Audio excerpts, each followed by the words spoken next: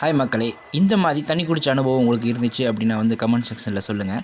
நம்ம ஸ்கூல் படிக்கும்போது water bottle இல்லாத காலத்தில் பைப்பை திறந்து இந்த மாதிரி தண்ணி பிடிச்சிருப்போம். அப்போது எங்கள் ஸ்கூல் டீச்சர்லாம் சொன்னாங்க, இதெல்லாம் டீசென்ட் கிடையாது, வாட்டர் பாட்டிலில் தான் தண்ணி பிடிச்சி குடிக்கணும் அப்படின்னு சொல்லிட்டு.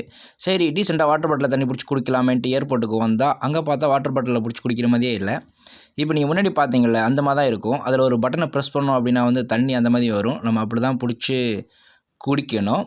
இங்கே பாருங்கள், தாய்லாண்டில் அவங்களோட கல்ச்சர் எல்லாமே ஃபோட்டோவை போட்டிருந்தாங்க. இப்போ தான் நம்ம சேனலை ஃபஸ்ட் டைம் பார்க்குறீங்க அப்படின்னா நம்ம சேனலை சப்ஸ்கிரைப் பண்ணி வச்சுக்கோங்க. இந்த வீடியோ உங்களுக்கு பிடிச்சிருந்துச்சி அப்படின்னா லைக் பண்ணுங்கள். இது உங்கள் ஃப்ரெண்ட்ஸுக்கு ஷேர் பண்ணுங்கள்.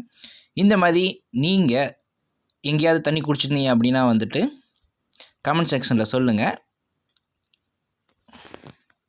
இப்போது நாம் எங்கே இருக்கோம் அப்படின்னா தாய்லாந்து ஏர்போர்ட்டில் தான் இருக்கோம். ஆமாங்க, தாய்லாந்து ஏர்போர்ட் பயங்கரமான பெருசாக இருந்துச்சு. இப்போது நம்ம ஒரு ஃப்ளைட்டில் இருந்து இன்னொரு ஃப்ளைட்டு கனெக்டிங் ஃப்ளைட்டு மாறணும் அப்படின்னா இங்கேருந்து பஸ்ஸில் தான் தனியாக எங்களை கூட்டிகிட்டு போனாங்க.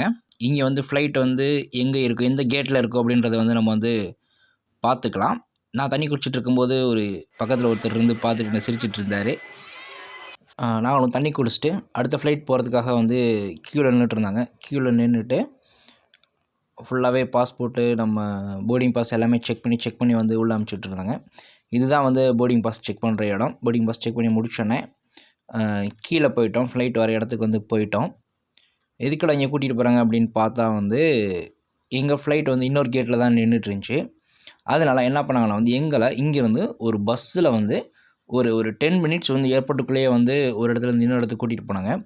இதுதான் ரொம்ப ரொம்ப முக்கியமான விஷயம். நீங்கள் ஏர்போர்ட்டுக்கு போனீங்க அப்படின்னா ஒரு ஃப்ளைட்லேருந்து இறங்கினோடனே அங்கேயே இருக்கும் அப்படின்னு நம்ம அங்கேயே உட்காந்து ரெஸ்ட் எடுத்துடக்கூடாது. நெக்ஸ்ட் ஃப்ளைட் எங்கே இருக்குது, எந்த கேட்டில் இருக்குன்றதை பார்த்துட்டு அதுக்கப்புறம் இந்த பஸ்ஸில் ஏறி கரெக்டாக நம்ம அந்த கேட்டுக்கு போயிடணும். நம்ம ஃப்ளைட்டை மிஸ் பண்ணிட்டோம் அப்படின்னா யாருமே எதுவுமே ஹெல்ப் பண்ண மாட்டாங்க. மறுபடியும் நம்ம எக்ஸ்ட்ரா பே பண்ணி நம்ம அடுத்த ஃப்ளைட்டில் போகிற மாதிரி இருக்கும். அதனால் ஒரு 2 ஹவர்ஸ் மேக்ஸிமம் நீங்கள் 3 ஹவர்ஸ் நீங்கள் கனெக்டிங் ஃப்ளைட் போட்டுக்கணும். 1 ஹவர்லாம் போட்டிங்கன்னா ரொம்ப கஷ்டம். ஏன்னா நம்ம அங்கேருந்து ஒரு 20 மினிட்ஸாக அதை நம்ம இன்னொரு இடத்துக்கு வரணும். அங்கேருந்து இந்த பஸ்ஸை பார்த்து கண்டுபிடிச்சி மறுபடியும் அடுத்த ஃப்ளைட் இருக்கிற இடத்துக்கு போகணும். அதனால் ரொம்ப கேர்ஃபுல்லாக டிக்கெட் புக் பண்ணும்போது அட்லீஸ்ட் ஒரு 3 ஹவர்ஸ் கேப் இருக்க மாதிரி டிக்கெட் புக் பண்ணிக்கோங்க. அதுதான் உங்களுக்கு ரொம்ப யூஸ்ஃபுல்லாக இருக்கும்.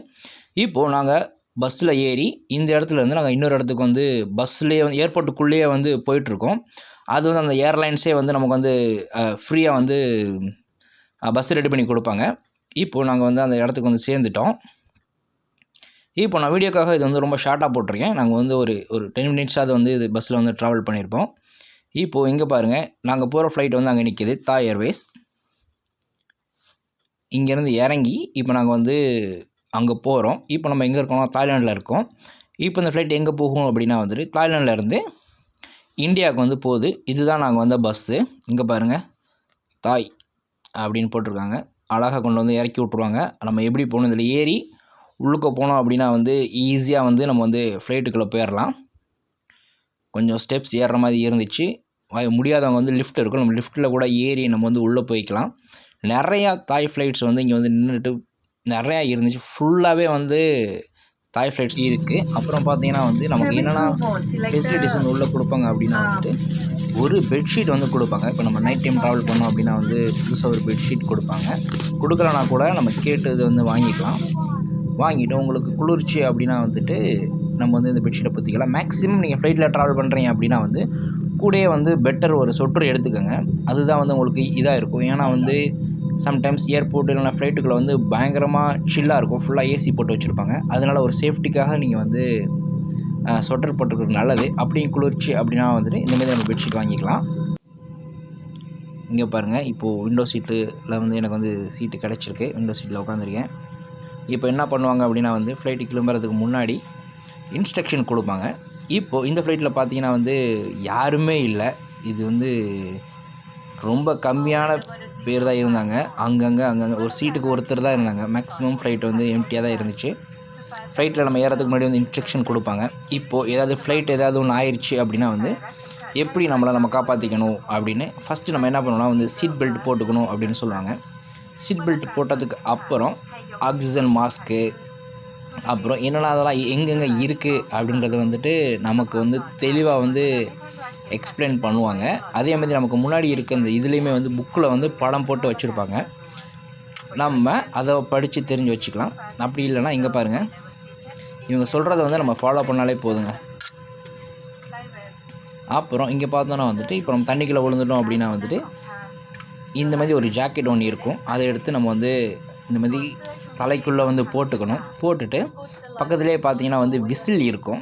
அந்த விசிலில் வந்து நம்ம வந்து அடிச்சுக்கலாம். இன்கேஸ் இப்போ ஃப்ளைட் வந்து கடலுக்குள்ளே விழுந்துச்சுன்னா வந்து நம்ம எவ்வளோ கற்றுனாலும் வந்து சம்டைம்ஸ் கேட்காதுல, அதெல்லாம் என்ன பண்ணிக்கணும் வந்துட்டு இதை வந்து நல்லா டைட்டாக போட்டுட்டு அந்த இதிலேயே பாருங்கள் விசில் இருக்கும். இந்த விசிலை எடுத்து இதை வந்து நல்லா புஷ் பண்ணிக்கணும். புஷ் பண்ணிவிட்டு ஃபஸ்ட்டு வந்து டைட் பண்ணிக்கணும். அது ஃபஸ்ட்டு.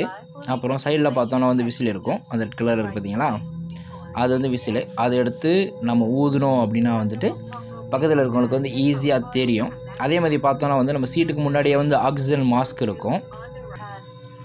இந்த பாருங்கள், அது வந்து விழுந்துடும். அப்போ அந்த ஆக்சிஜன் மாஸ்க்கை எடுத்து நம்ம என்ன பண்ணிக்கணும், இந்த மாதிரி வச்சுட்டு நம்ம வந்து சேஃப்டி பண்ணிக்கணும். ஏன்னா வந்து ஏதாவது ஒரு இன்சிடெண்ட் ஆயிடுச்சு அப்படின்னா அந்த டயத்தில் வந்து நம்ம வந்து யார்கிட்டையும் போய் ஹெல்ப் கேட்க முடியாது. அதனால என்ன பண்ணுவாங்கன்னா ஃப்ளைட்டு ஏறின உடனே வந்து இந்த இன்ஸ்ட்ரக்ஷன்லாம் வந்து நமக்கு வந்து கொடுப்பாங்க. நம்ம இதை வந்து நல்லா தெரிஞ்சு வச்சுக்கணும். நம்ம ஃப்ளைட்டில் போகணும் அப்படின்னா வந்துட்டு அந்த பேசிக் இன்ஸ்ட்ரக்ஷன் மட்டும் நம்ம தெரிஞ்சு வச்சுக்கிட்டா வந்து போதும். இங்கே பாருங்கள், எங்கள் ஃப்ளைட் வந்து இப்போ வந்து கிளம்பிருச்சு. இன்னும் ஒரு 2 நிமிஷத்தில் வந்து ஃப்ளைட் வந்து டேக் ஆஃப் ஆயிரும். அப்புறம் நான் வீடியோ எடுக்கலாம். அதுக்கப்புறம் இப்போ தான் ஃபஸ்ட் டைம் நம்ம சேனலை பார்க்குறீங்க அப்படின்னா வந்து நம்ம சேனலை வந்து சப்ஸ்கிரைப் பண்ணி வச்சுக்கோங்க. இவ்வளோ நாள் நம்ம சேனலுக்கு சப்போர்ட் பண்ண எல்லாருக்கும் ரொம்ப நன்றி. தேங்க்யூ. பாய்.